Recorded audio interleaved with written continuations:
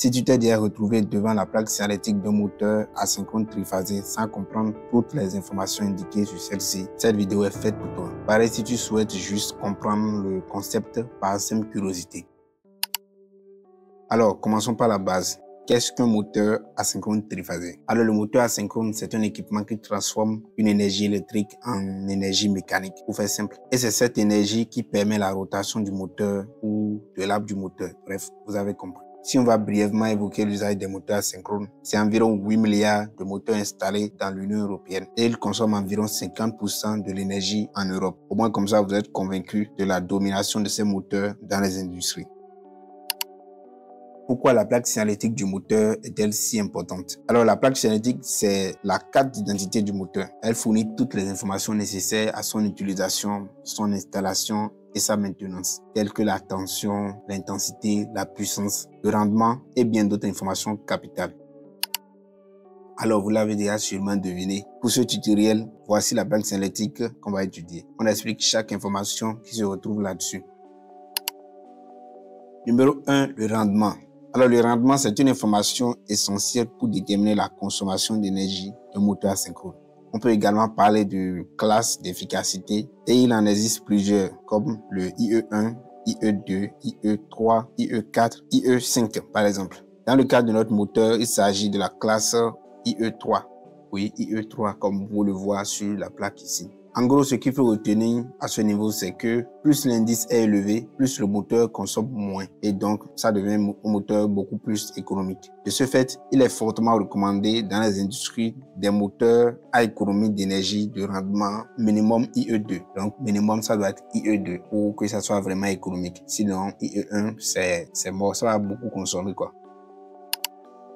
Numéro 2, la puissance nominale. Alors, cette valeur indique réellement la puissance mécanique fournie à l'arbre du moteur. Donc, c'est différent de la puissance absorbée, parce que cette puissance-là inclut les pertes et tout. Les pertes statoriques, tout ce qu'il y a au niveau des pertes dans le bilan énergétique du moteur. Et la puissance nominale du moteur peut être exprimée en chevaux ou en kilowatts, mais généralement on retrouve sur la plaque signalétique la puissance en kilowatts. Et c'est une information nécessaire pour déterminer la taille et le couple du moteur en fonction de la vitesse ou du nombre de pôles par exemple. Donc sur notre plaque signalétique ici, on peut observer différentes valeurs de la puissance nominale, notamment en correspondance avec chaque valeur de tension d'alimentation donnée. Numéro 3, le numéro de série. C'est bizarre, hein? Numéro 3, le numéro de série. Bref, on continue. Le numéro de série, c'est juste une suite de chiffres et parfois de lettres. Et il est utile pour connaître l'année de construction, les informations techniques et les options de votre moteur, quoi. Et c'est d'ailleurs la même chose au niveau de tout appareil. Un téléphone, par exemple, a son numéro de série. En gros, c'est le numéro de série qui permet de retrouver facilement l'équipement sur le marché. Alors, dans notre cas ici, le numéro de série sera demandé, par exemple, si on souhaite recommander le même moteur asynchrone triphasé. Numéro 4, le type du moteur. Alors, le type correspond tout simplement au modèle du moteur et il est souvent codé par des lettres et des chiffres. Donc, dans ce type, on peut retrouver le rendement, la taille, la hauteur d'axe et le nombre de pôles du moteur. Et c'est une information notamment utilisée par le fournisseur.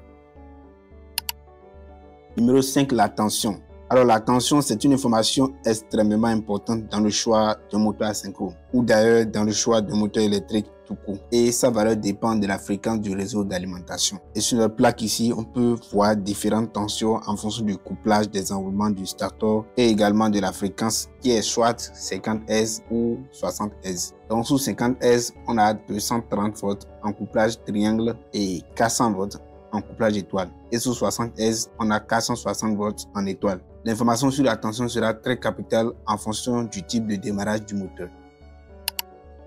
Numéro 6, l'intensité nominale. Alors l'intensité est calculée en fonction de la puissance et de la tension sous une fréquence de 50 Hz. Donc lorsque le moteur est en fonctionnement normal, l'intensité ne doit pas dépasser les valeurs indiquées sur la plaque signalétique. Et en cas de surintensité, plusieurs défauts peuvent survenir sur le moteur. Donc des défauts comme la destruction du bobinage et du circuit magnétique par exemple. Et l'intensité nominale indiquée sur la plaque signalétique sera également nécessaire pour régler le disjoncteur moteur et le variateur de fréquence. Numéro 7, la fréquence. Il peut y avoir différentes fréquence sur la plaque cinétique du moteur. Et en France, par exemple, la fréquence nominale est de 50 Hz. Cependant, on peut retrouver souvent 60 Hz sur des plaques cinétiques du moteur. Cela est complètement normal car les constructeurs de moteurs ne fabriquent pas uniquement des moteurs électriques pour le marché français. Et donc la fréquence 60 Hz sera principalement utilisée pour des pays comme la Russie, par exemple, ou pour certains pays en Afrique. Gardez seulement l'esprit de prendre l'ensemble des informations sous 50 Hz. Néanmoins, la fréquence pourra être modifiée à l'aide d'un variateur de fréquence pour pouvoir adapter la vitesse à diverses applications. Numéro 8, la vitesse. La vitesse est toujours indiquée sur la plaque cinétique et elle peut être unique ou multiple en fonction des applications. Cependant, les moteurs asynchrones possèdent souvent une vitesse unique sous une fréquence donnée. Et cette vitesse sera déterminée en fonction du nombre de pôles du moteur. Numéro 9, schéma de branchement ou encore couplage des enroulements. Et ce schéma ne sera pas toujours ou directement sur la plaque cinétique, mais il pourra se trouver parfois à l'intérieur du capot de la boîte à bornes du moteur. Et ce schéma présentera les différents couplages étoiles ou triangles. Et le type de couplage adapté sera en fonction de la tension d'alimentation du moteur.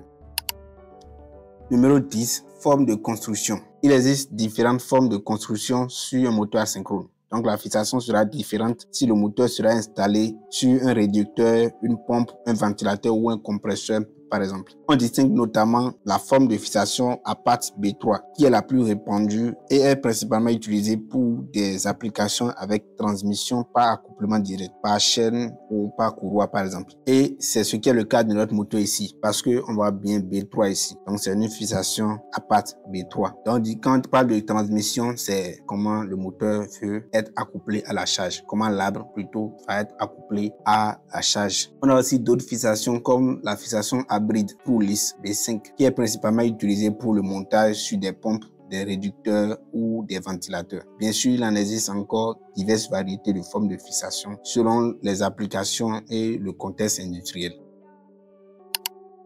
Numéro 11.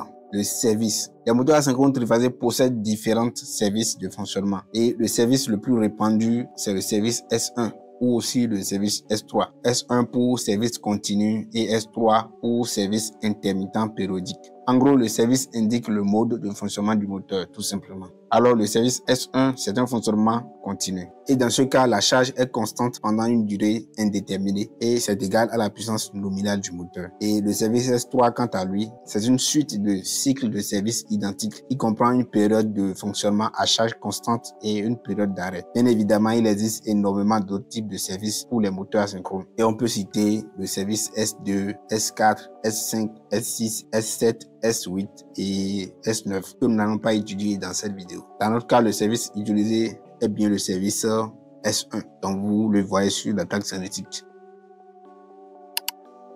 Numéro 12, la marque. Alors la marque, c'est facilement identifiable sur la plaque cinétique. Généralement, c'est le nom du fabricant ou le nom de la société de construction. Dans notre cas ici, c'est la marque Gamac. Et les marques les plus connues sont Gamac, CMS et il y a aussi la marque Leroy Sommer. Je ne sais pas si je le prononce correctement et bien d'autres encore. Numéro 13, la norme européenne. Alors, la plaque cinétique va indiquer par quelle norme le moteur est réglementé. Et selon le pays, les normes peuvent varier. Par exemple, il existe la norme CE et la norme IEC ou encore CEI en français. Et notre moteur ici est réglementé par les deux normes. Donc, on peut lire sur la plaque cinétique CE et également en bas, il y a IEC 60034. Numéro 14, le pays de fabrication. Alors, les moteurs Gamac sont tous entièrement conçus en Turquie. Donc, c'est les moteurs made in Turkey. L'information sur le pays de fabrication, c'est souvent utile pour, en gros, la traçabilité et la conformité. Numéro 15, le facteur de puissance. Le cosinus phi ou encore le facteur de puissance, c'est une caractéristique vraiment nécessaire pour connaître la consommation électrique du moteur. Et dans notre cas ici, le facteur de puissance de notre moteur, c'est 0,86. Et je crois que c'est pareil. Vous voyez, c'est pareil pour toutes les variations de tension de fréquence. Numéro 16, indice de protection. Alors, cette caractéristique correspond au niveau de protection que le moteur peut fournir contre les corps liquides ou solides et les risques présents dans les milieux industriels ou aux professionnels. Et il est souvent donné sous la forme IP, donc IP suivi de 2 chiffres. Et le premier chiffre correspond à la protection contre les corps liquides et il peut aller du chiffre 0 jusqu'au chiffre 6. Et le deuxième chiffre correspond à la protection contre les corps solides. Et quant à lui, il peut aller du chiffre 0 jusqu'au chiffre 9. Et dans ce cas, il faut comprendre que l'indice IP n'est pas suivi d'un nombre, mais plutôt de 2 chiffres bien distincts. Et par exemple, l'indice sur notre moteur ici, c'est IP55, qui correspond à une protection contre les poussières et contre les jets d'eau. Donc ça peut être différent, ça varie, l'indice ça varie sur les moteurs. Donc par exemple, sur votre moteur, c'est IP53 ou IP48, c'est à vous de chercher à quoi ça correspond, quoi. La signification, vous cherchez sur le net, vous allez trouver. Et enfin, on a cette écriture sur la plaque signalétique qui signifie tout simplement que c'est un moteur triphasé alternatif. Et donc, le 3 est mis pour signifier les 3 phases. Donc, triphasé, et vous avez le symbole du courant alternatif et mot comme moteur. Donc, moteur triphasé alternatif. Alors les amis, c'est déjà la fin de ce tutoriel. J'espère que ça vous aidera à comprendre l'ensemble des informations présentes sur la plaque signalétique des moteurs asynchrone. D'ailleurs, dites-moi en commentaire si vous avez apprécié ce format de vidéo et abonnez-vous si ce n'est pas encore fait. Et surtout, lâchez le petit pouce qui permettra de référencer la vidéo afin que d'autres intéressés puissent la voir. Je vous donne rendez-vous à très bientôt pour une prochaine vidéo.